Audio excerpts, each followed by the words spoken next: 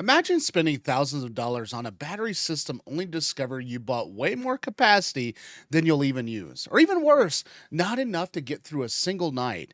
Battery size is one of the biggest mistakes people make. And when building a solar setup, tiny house, camper, RV, or off grid cabin, because bigger isn't always better. The right battery is the one that matches your actual power needs, your budget, and your future plans. And today we're breaking down exactly how to figure out what size battery you really need without all the confusing math and technical jargon. And by the end of this video, you'll know how to estimate your daily energy use, understand battery capacity, avoid expensive mistakes, and choose a battery bank that works for your lifestyle instead of draining your wallet. The first thing you need to understand is that batteries don't power appliances directly because they store the energy instead of creating it. Every light, a TV, refrigerator, laptop, fan, or coffee maker pulls energy from the battery. And once the stored energy is gone, you're done until you recharge. That's why knowing how much electricity you actually use every day matters far more than buying the biggest battery you can afford. Start by making a simple list of everything you expect to run: LED lights, phone chargers, laptops, Starlink, televisions, portable refrigerators, water pumps, CPAP machines, microwaves, and small kitchen appliances are common loads. Next, estimate how many hours each device runs every day. A laptop might use 60 watts for 4 hours, while a refrigerator may average around 50 watts continuously, even though it cycles on and off. Add everything together, and you'll have a rough estimate of your daily energy consumption measured in watt hours. Let's say your lights use 100 watts hours, okay? Your laptop uses 240 and your refrigerator uses 1200. Your internet equipment uses 300 and your phone charger uses 60. And suddenly you're already close to 2000 watt hours or 2 kilowatt hours every day. And that's a realistic number for many minimalist setup. And once you know your daily usage, you can start sizing your battery. And most modern batteries are rated in amp hours, but watt hours provide a much easier comparison because appliances consume watts. To calculate watt hours, simply multiply battery voltage by the amp hours. A 12-volt 100 amp hour battery equals about 1200 watt hours. A 24-volt 100 amp hour battery equals about 2400 watt hours. A 48-volt 100 amp hour battery equals roughly 4800 watt hours. Same amp hour rating, completely different energy storage because of the voltage. Another thing many beginners overlook is usable capacity.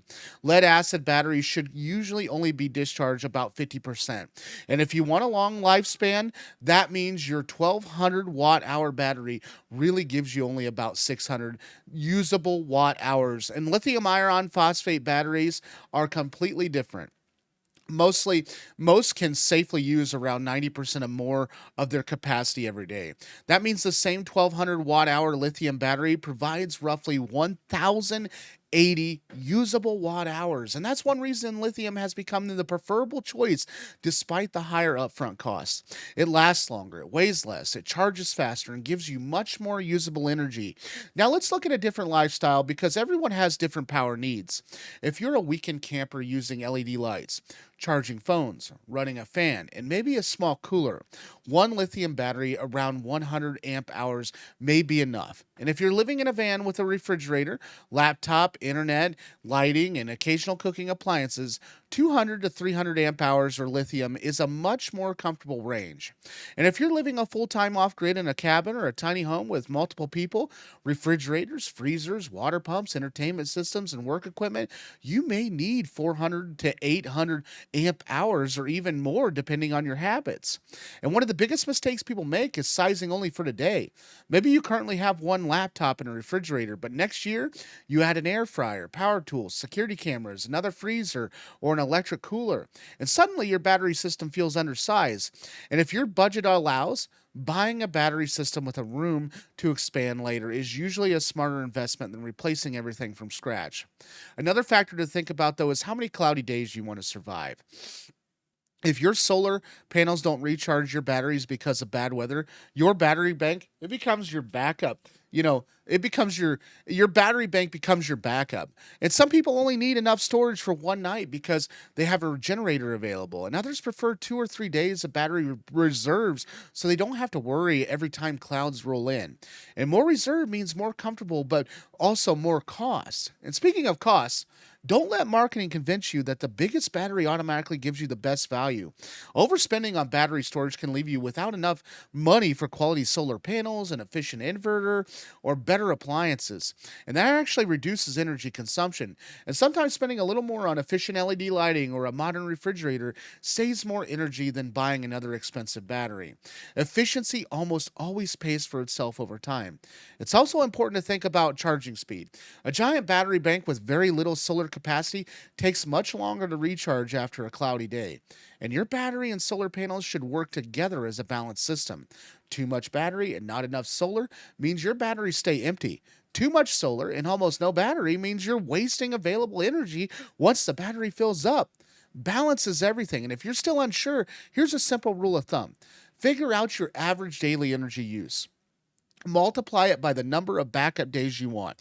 Then choose a battery system that provides at least that much usable capacity.